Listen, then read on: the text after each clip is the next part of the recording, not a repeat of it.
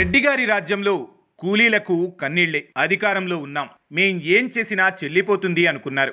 అధికారం మాది కనుక మమ్మల్ని అసలు టచ్ చేసేవాడే లేడు అన్న చందాన వ్యవహరించారు. అధికార అహంకారంతో చాలా అంటే చాలా నీచమైన మాటలు మాట్లాడారు. కొవ్వెక్కి కూతలు కూసే మాదిరి ఎరవేసి మరీ ఎందరికో డబ్బులిచ్చి ప్రతిపక్ష పార్టీలను తిట్టించారు. అయితే నాడు చేసిన పాపాలు నేడు అనుభవించాల్సిన పరిస్థితి. నాడు ఎగిరెగిరి పడ్డ బతుకులు నేడు సాగిలా పడాల్సిన పరిస్థితి. ఇక సామాన్యుడి స్థానంలో మనం ఒక్కటి మాత్రం స్పష్టంగా గమనించాలి. ఎంత కాదు అనుకున్నా ప్రతి పార్టీకి ఒక సామాజిక వర్గం అండగా నిలుస్తుంది. అలానే వైసీపీకి జగన్ సామాజిక వర్గం అండగా ఉంటుంది అన్నది ఒప్పుకొని తీరాల్సిన నిజం విషయం. ఆ క్రమంలో వాళ్ళ అధికారంలో ఉన్నప్పుడు కూలీలుగా మారి తిట్టించి రెచ్చిపొమ్మని చెప్పిన లిస్టులో అన్ని కులాల వాళ్లు ఉన్నా దాని వెనక ఉంచి నడిపించిన కర్త కర్మ క్రియ మాత్రం సజ్జల రెడ్డి గారి కోటరీనే.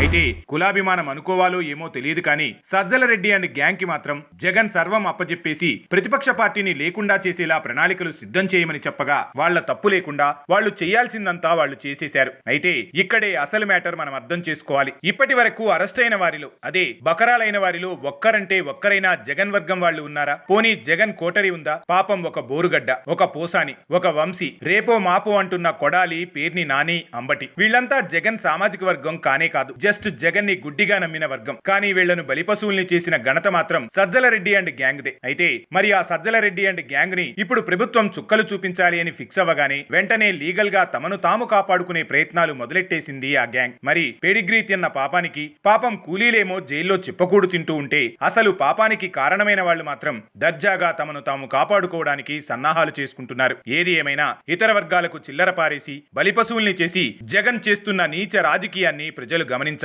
లేదంటే ఇలాంటి నాయకుల వల్ల సమాజం మరింత నష్టపోక తప్పదు.